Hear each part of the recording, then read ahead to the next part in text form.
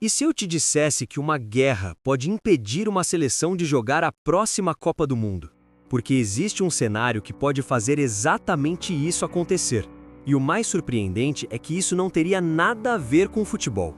Segundo analistas internacionais, uma sequência de eventos políticos pode acabar impedindo que a seleção iraniana participe da Copa do Mundo de 2026.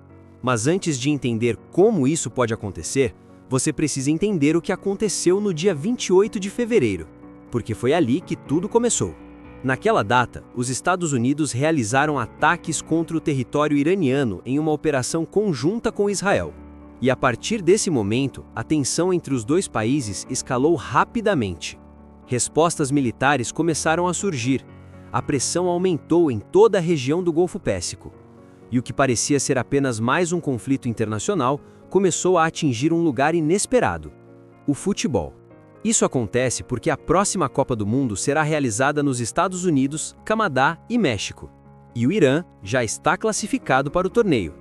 Seria a quarta Copa do Mundo consecutiva da seleção iraniana. Inclusive, os jogos já estão programados.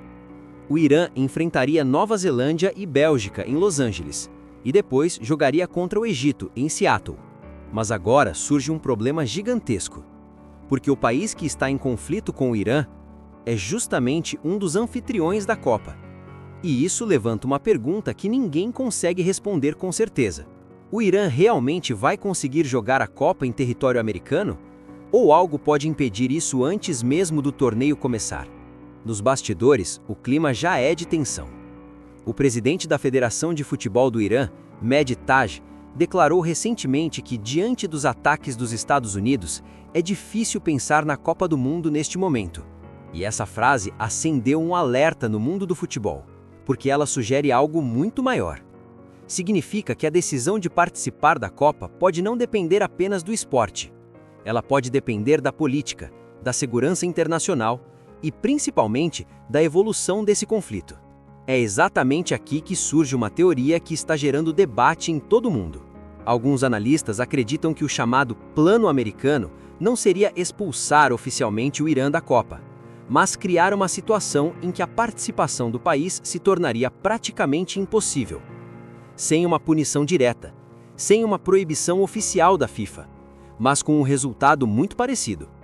O Irã simplesmente não conseguiria disputar o torneio.